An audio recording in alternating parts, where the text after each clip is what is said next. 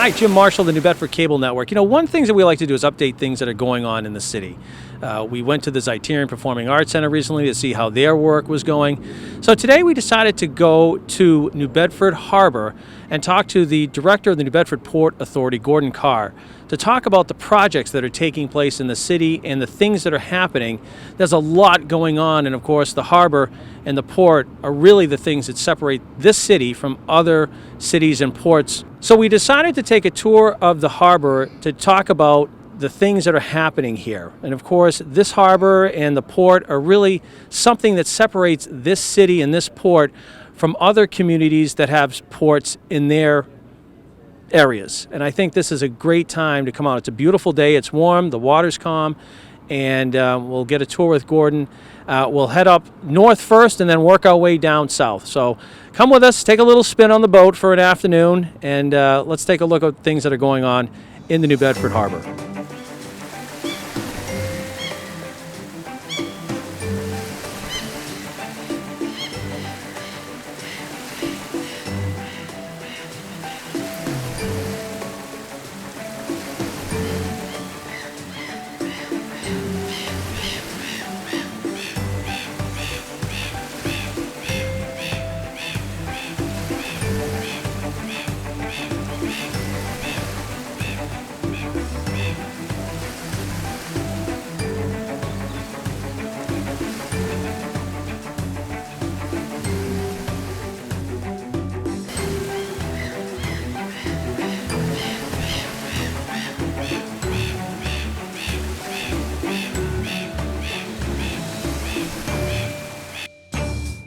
Okay, so we've made our way. We're starting at North Terminal as we take our little trip around New Bedford Harbor today to look at the development.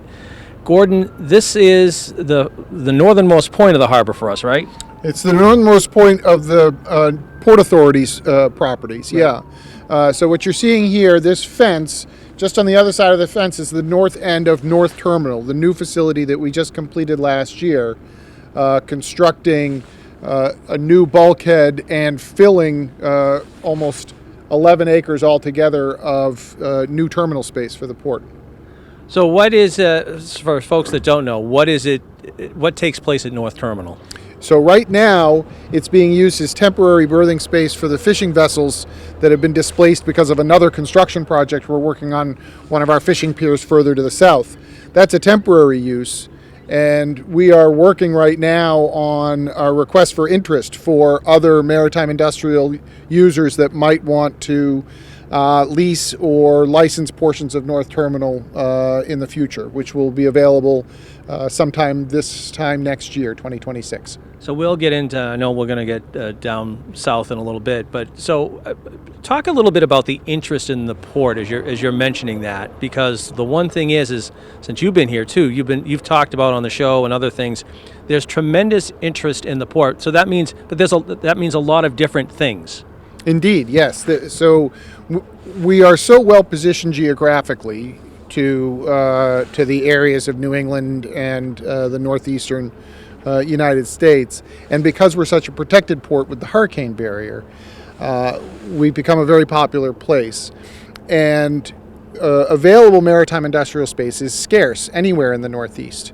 So when you put a new property like this available to the market, the interest in marine construction or cold storage or even potentially seafood processing is very high, which is why we're doing that more public request for interest, right? Tell us what you might be interested in doing so we can evaluate the highest and best use, what will generate the most economic activity, the most jobs, things of that nature, right? We're not really interested in this being, I use the example of salt storage that you see in ports in Boston, just big piles of salt. That's not the kind of thing that we hope to see here. We like to see real activity and jobs. So now you can start to see the actual new bulkhead just inside of those fishing boats that was completed last year. Altogether, going all the way south to the warehouse facility, there's over 900 feet of berthing space. And again, you can see the fishing vessels here that are berthing here temporarily during the construction down south that you'll see later on. one of the things too is, I mean, you've talked about too. It's the fishing industry obviously is the key component of the port, but there's other things that you've talked about too. You've talked cargo and stuff as well. Indeed, yep. So you're 100% right. We're a commercial fishing port. We have been and will continue to be. The industry is thriving despite some headwinds on sort of stock fluctuations and things of that nature.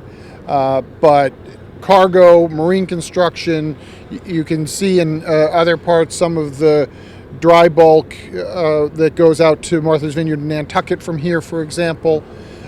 Yes, there's a lot of other work going on, certainly recreational vessels and boats that you see throughout the harbor. But we're always looking for new opportunities.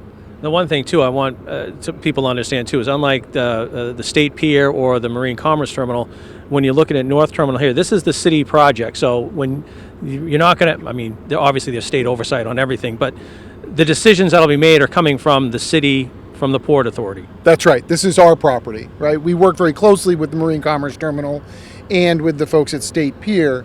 But this is one that we will be able to manage and operate either on our own or through some long-term lease for an terminal operator, things of that nature. That's what we're trying to figure out. But it's a particularly important new asset for us and a real valuable maritime industrial activation. How much, when this was built, and again, I know it's been a year and we had the press conference, but I'm curious, how much has this added, and I don't know if you could put a value on it, to the port itself? I can't put a value on it yet, but I can't wait till I can, right? So that's when we put it to market, and we have tenants that are either leasing portions of it or doing it on a more licensed basis, things of that nature. It's an important piece for our future revenue in the Port Authority. Right now, it's just serving very valuable berthing space for our fleet.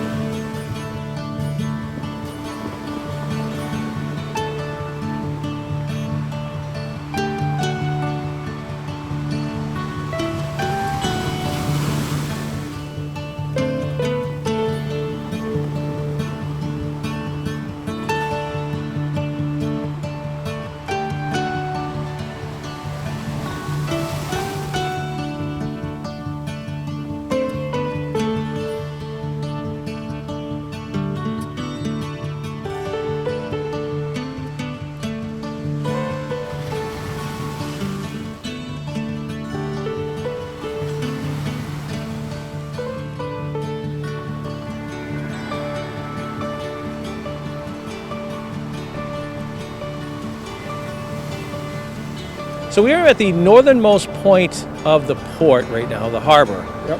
And we're right near Coggeshall Street.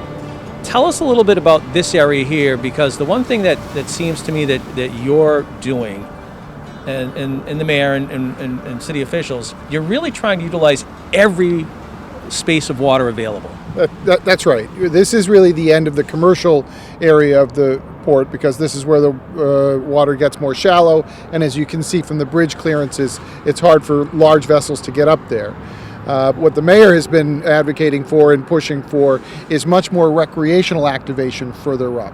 That's where you've heard about the rowing clubs and opportunities for crew and things of that nature up further north, because the entire harbor all the way up to the end of the river is such a community resource.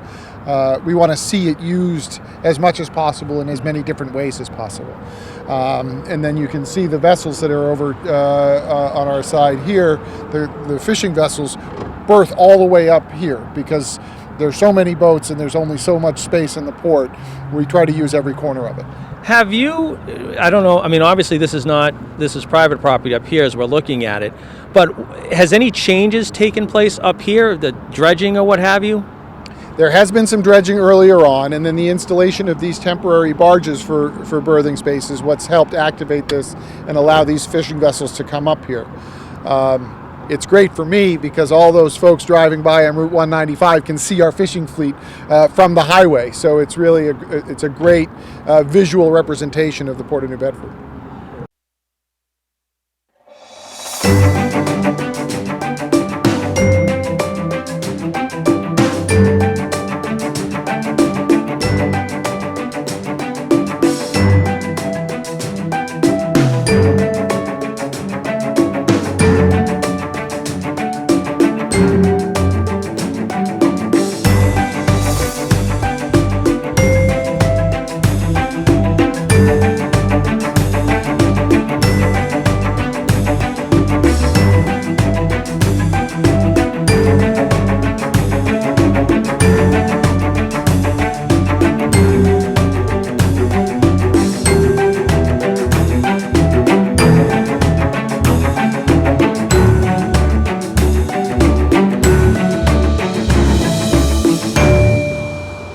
That does amaze me here, though. There's still a lot of space. It seems there's space, space that can be utilized.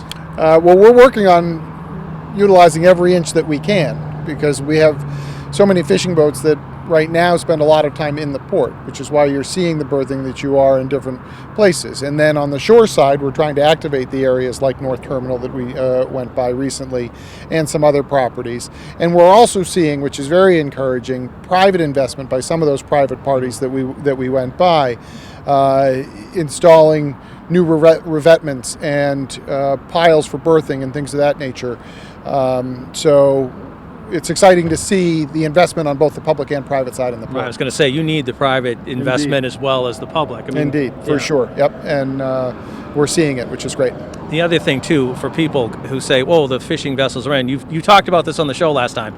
Just because you see fishing vessels in the port doesn't mean there's a reason why, let's put it that way. Yes, for sure. They'll fish every day that they can, right? And there are limits from the regulations on how many days they're allowed to fish. So that's why you see them tied up as often as you do, which creates a bit of a challenge organizationally and operationally for us when you see them stacked 3 and 4 deep.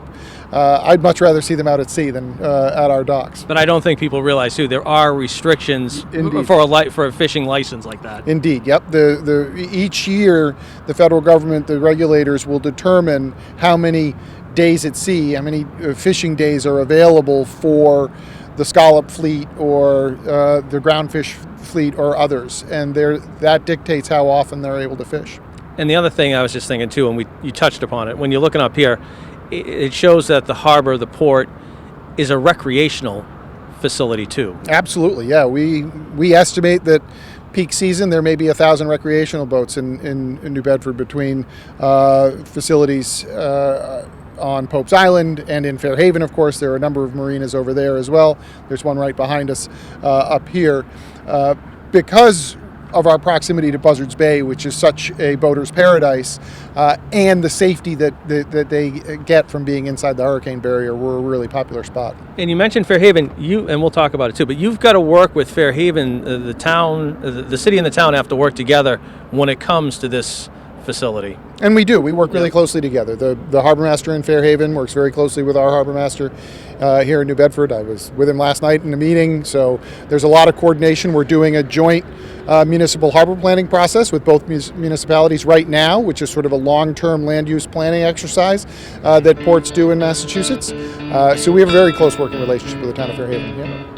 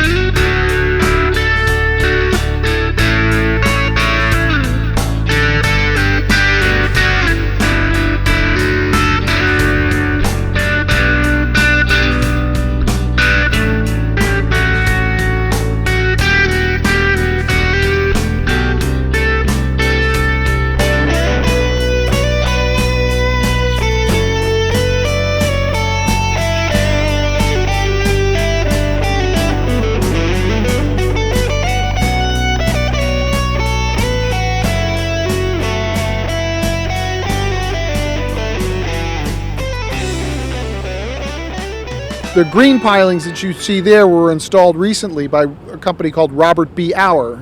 That's the tenant on the property on the land side, which will allow them to berth barges up against those, and it really enables them to activate their site much more efficiently. So that's a recent addition to the port. And that's what you're talking about when you talk about private investment. Yeah, exactly. Yep.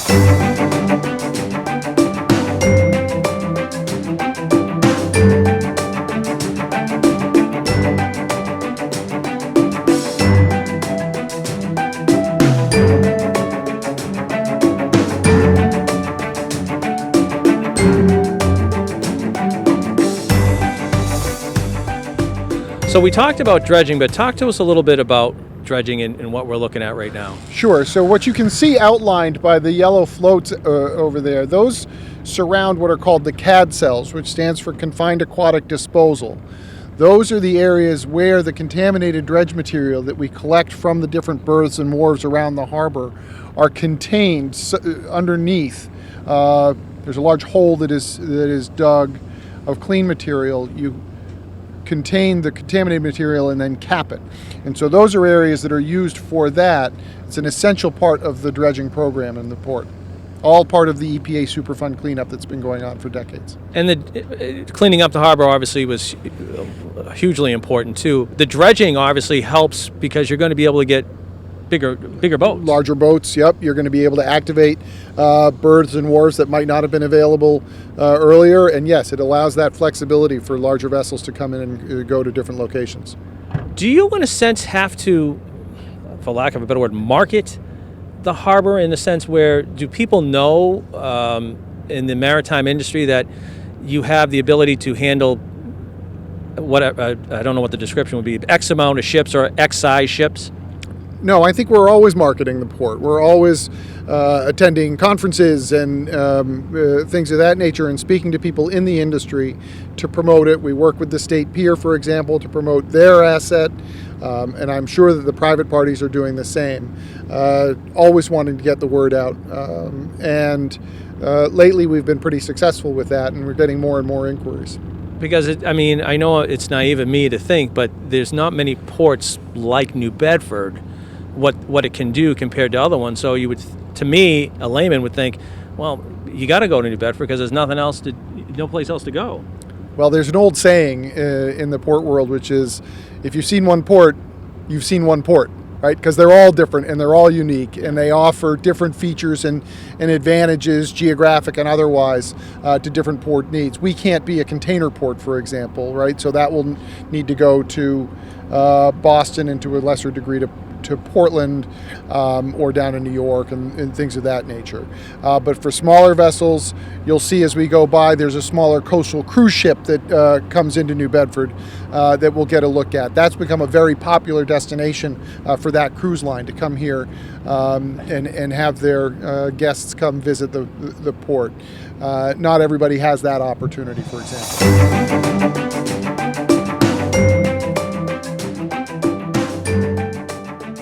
So I know it's still down the road, but I'd be remiss if I didn't ask you about the New Bedford Fairhaven Bridge. Which there are plans to replace the bridge, and we were talking about, late 2028, 2029, around there. But can you just touch on that for the folks that maybe don't know? Sure. Everybody in the region has a love-hate relationship with the New Bedford Fairhaven Bridge. It's been stuck on it one side or the other.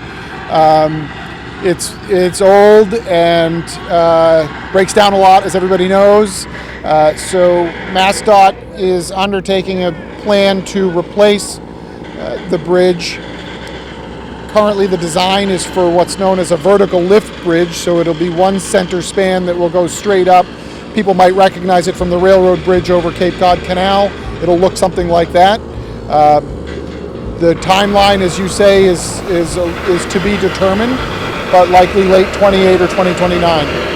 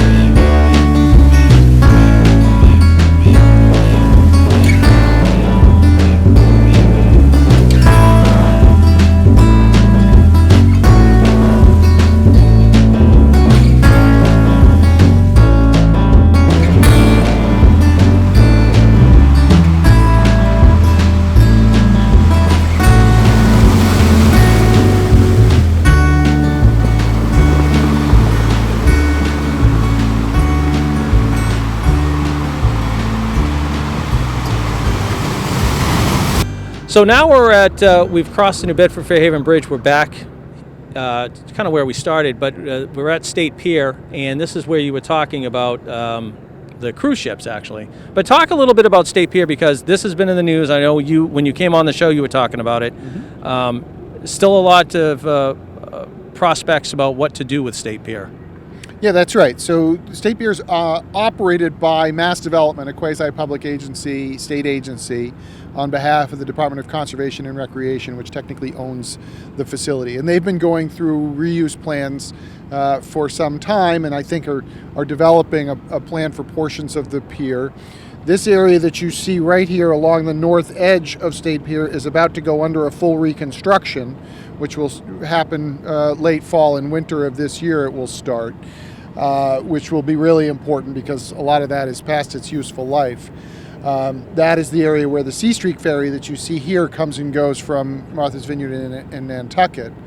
And then you see just forward of the ferry this small cruise ship. This is a coastal cruise ship run by American Cruise Lines that comes to State Pier. I think as many as 30 or 34 visits each summer right now. Wow. Which is great. They're small ships, so they can come in and out of the hurricane barrier easily. They stay along the coast. They come from Newport to New Bedford and then keep going.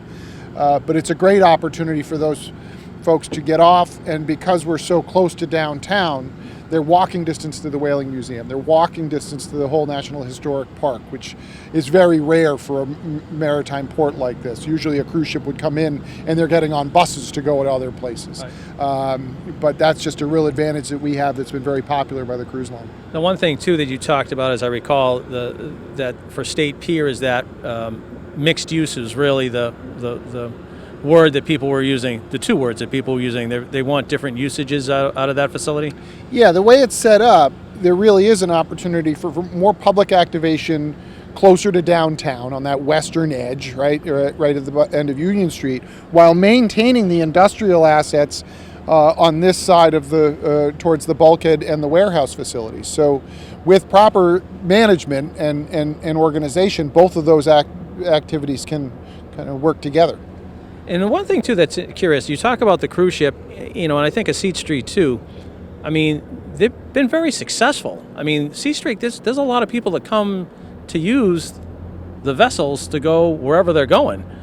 And the cruise ships, as you said, they're bringing people downtown. Sure are, yeah. No, it's been great. We're very excited.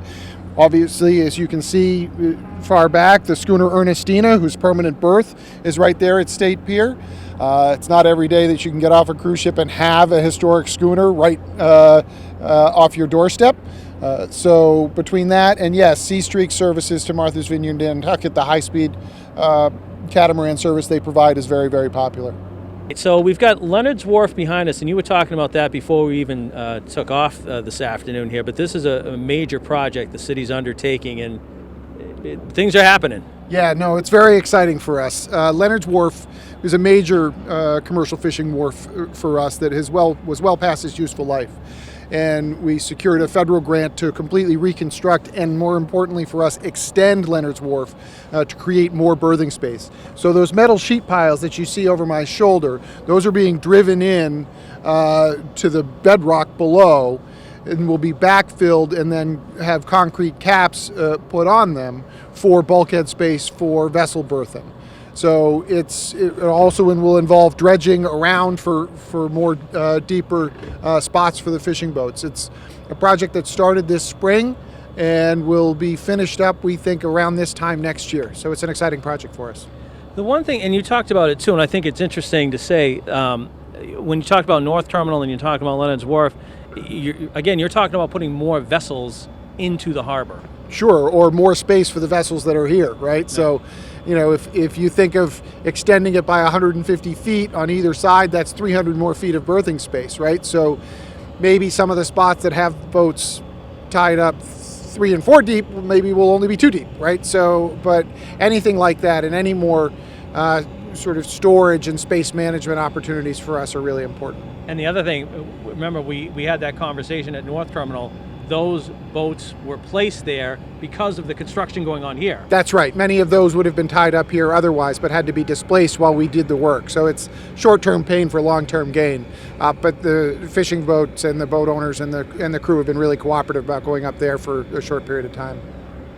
Tell us a little bit. So for people who don't know, and I assume North Terminal was kind of the same thing as you talk about Leonard's Wharf. What has to happen when you're rehabbing something like this? Well, I would need my director of engineering to give you the details, but for the layman like me, yeah, for the layman. So these sheet piles that you see here get delivered, and they're installed and driven down. Then there's backfill and tiebacks, and then the concrete caps are put on. There's a lot of underlying work beyond that, and the cleats and the bulkheads and the bollards and that kind of thing that will go on top of it. Leonard's Wharf is also being raised by 2 feet.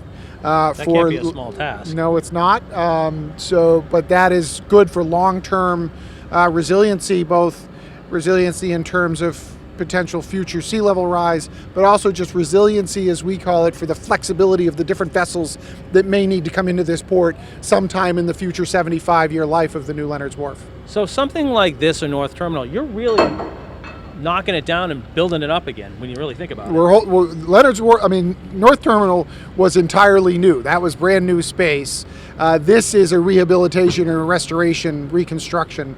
So we're building this right out in front of the old sheet pile bulkhead that's behind it. Does it change the I don't know what the proper term is, the canal or the when you come in? The channel? No, channel, yep. only a modest amount. It does right now during construction because we need the access for the barges and things of that nature. So fewer boats, for example, can berth on Homer's Wharf, which is the one just to our north here, for the time being.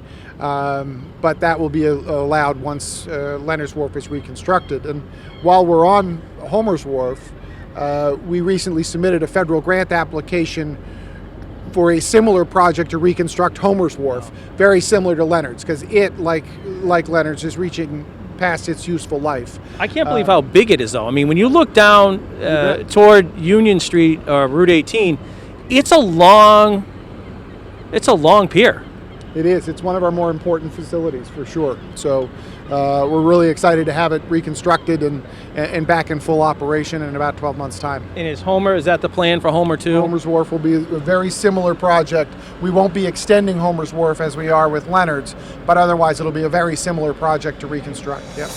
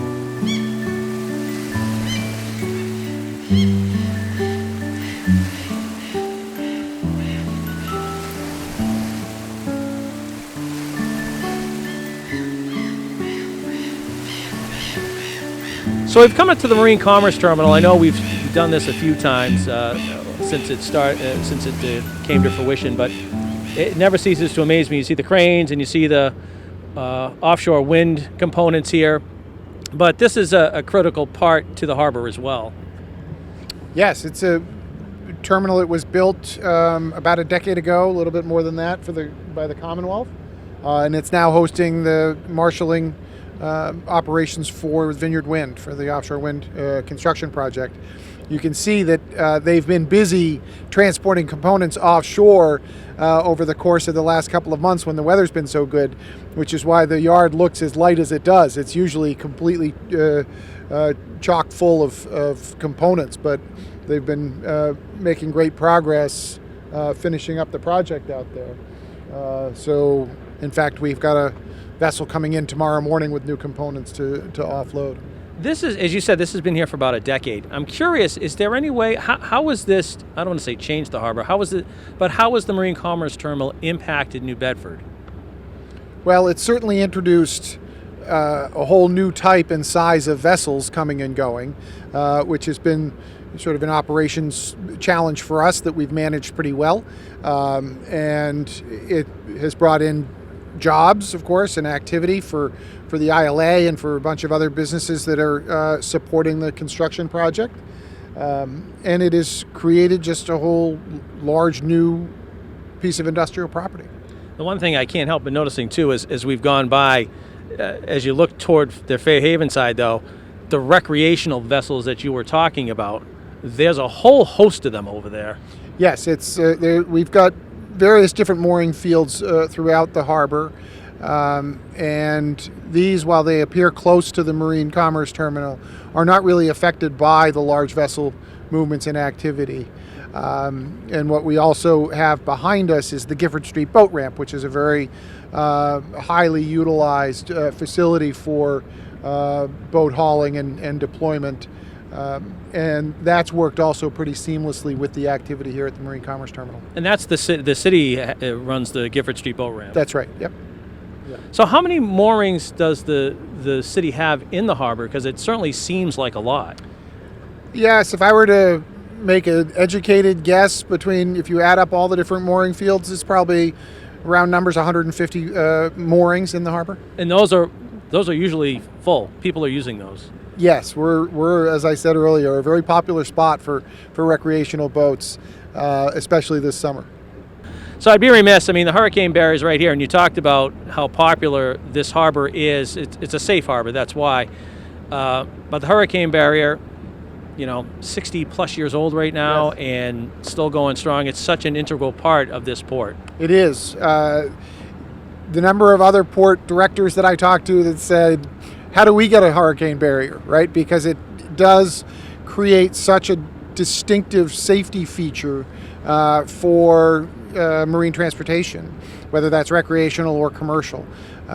It's, in my opinion, an engineering marvel that it was constructed when it was in the mid-1960s and continues to function as well as it does. And I know the Army Corps of Engineers runs it, but I would assume that they check on it all the time. The Army Corps? Yeah. Oh, yes. Yeah, we're in regular contact with them. They participate in a monthly waterways meeting that we do with all stakeholders in the port.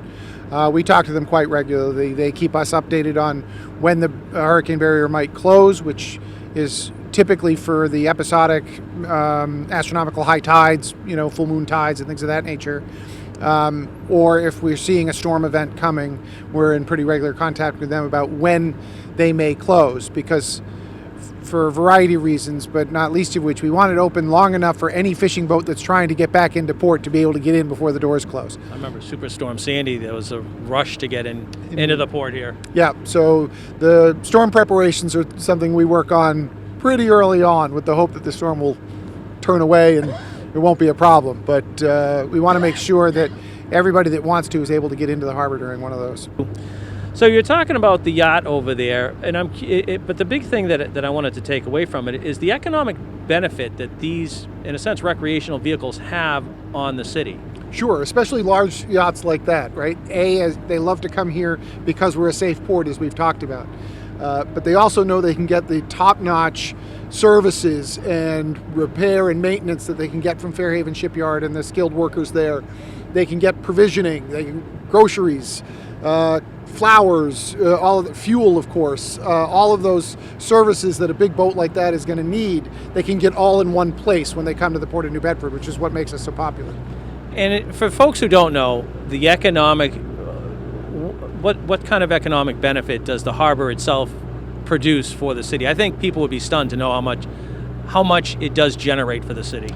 Well, the big multiplier effect number that we've used from an economic impact study that was done some years ago, which we're due to update because so much has changed, is that the indirect and induced economic activity by the port reaches something in the neighborhood of $11 billion throughout the region, which is, a pretty big number with a lot of smaller numbers underneath it. But it's a really, really robust economic engine. But the thing, too, is that the harbor, and I throw the beaches in there, too. This is what separates this city from other cities of the same size. I mean, there's no other city that has this. It has the recreational, the industrial. There's just nobody like it. I think that's right. And I would also say there's no other city that identifies so much with its port and with its harbor, both economically and culturally, right? The identity of the city of New Bedford is so tied to the waterfront and to the businesses and particularly commercial fishing in the Port of New Bedford. And we do have the lighthouse in the background right there. As you said, it's the job of the Port Authority to put the wreath on it every year. That's Palmer's Island Light, which you can see on the logo of the Port Authority, and a really distinctive and neat asset to have inside the harbor, right? So everybody can see it all the time. But I would say you're right, though. It is distinctive, and it is a part of the port. I mean, obviously things have changed, and it's not used like it was. But not having that there would, I can't imagine it because it's always been there. Yeah, no, it's a great feature, and you can see the osprey nest just behind it as well. So we like to see the ospreys come and go during the season also. And to me, that shows how what you guys have done as far as cleaning the port, that the water's a lot cleaner than it was a long time ago. Oh, there's decades of work and effort that went into that. But yes, you're right. The harbor's as clean as it's been in, I don't know how far you want to go back, but that's for sure. All right, so we're about to go through the hurricane barrier, which a lot of people haven't experienced, but it's still kind of cool. Yes, so this is an up-close look at the hurricane barrier and the gates that we go through. The opening is 150 feet wide, and there are two doors that close mechanically during certain high water events. But this is the final spot when all those fishermen know that they're home when they get through the barrier.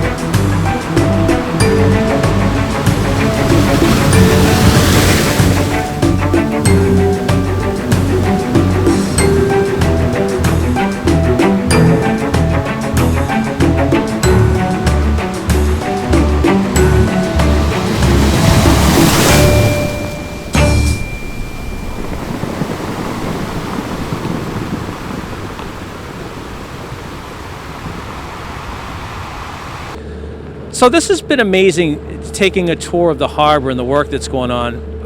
What's even more amazing is that, a lot of people don't get to see this view. And as someone who does it, I mean, you talked to me off camera about, so you do have a relationship with Vogue Tech, and you take some of the kids out here. I think it's educational in a sense to learn about the harbor from this side as well as the other side. For sure. It's a view that not many people get to see. So it's been great fun to have a couple of the classes from New Bedford Vogue come out and join us for a tour like this, right? And to see what the economic engine of the port is. Now, many of them are, kids of commercial fishing families, so they got a pretty good idea about it. But a lot of them are not, and they get sort of a first-hand look at what the waterfront looks like from this side, not just from the highway. And there are harbor tours that take place in the harbor, and that would be a great thing for really anybody to take. Sure, there are seasonal services that Whaling City Tours, for example, that leaves right by Pier 3 on the waterfront. You can charter those guys to take you around and get the same look that we just did. And again, so put it into perspective for people too. What is the benefit for those folks that do it? I mean, again, to me, it's just a unique perspective, but it is something. I mean, we've been out here for an hour or so. It's just amazing to see. And it's easy for me to say it, but from somebody who does it all the time, what do you think? What do you think people learn? Well, you don't know what you don't know, right? Until you get out here to see it. It never gets old for me. But to see how much activity there is, how different it is, how it all kind of interrelates and works together pretty seamlessly in what, when you think of other ports around the country, is a pretty small area, right? And it's I think very cool to see how much benefit people get, either recreational and enjoyment or professional benefit that they get from the waterfront. I can't help but think, you've got one of the coolest jobs. There's not many people in the state in New England that has, there are other ports, but they're not ports like this. And that's, you've got a unique position to do that. It keeps me on my toes for sure, yeah. And it sure beats going into an office building, I'll tell you that. But yeah, the great part is it's different almost every day. Opportunities and challenges crop up. We have an incredible team that we work with that run everything seamlessly. But yeah, it's a pretty fun job. So one question I had before is out of all the things we looked at today, you pointed out, is there any one thing that's going to be done first that people would notice from what we looked at? Well, it might be hard for the general public to see Leonard's Wharf when it's completed, but certainly the fishing fleet and our customers on that side will see that when that's done next year. That'll be probably the clearest example. The State Pier work, when that's done, will be a little bit more public facing, so those folks that take the Sea Street Ferry or some of the other activities will see that for sure. But that's the interesting thing about some of this maritime construction, is this is the point where you can see it. It's harder to see from the land side. And again, you're really, you talked about the mixed use, but it's important for just the public to take part in what's happening at the port too. Absolutely, yeah. We love it when people come down to see it, because that's what keeps the interest and keeps the understanding about what makes this economy work. So we welcome visitors down to the waterfront to see what's happening.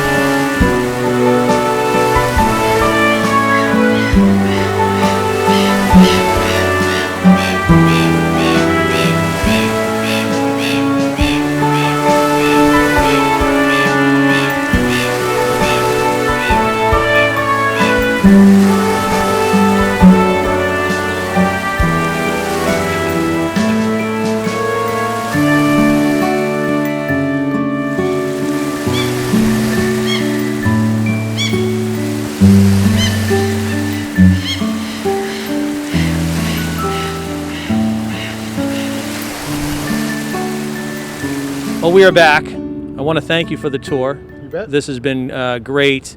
Anything you want the folks to know for a takeaway for this event today, for the tour that we got?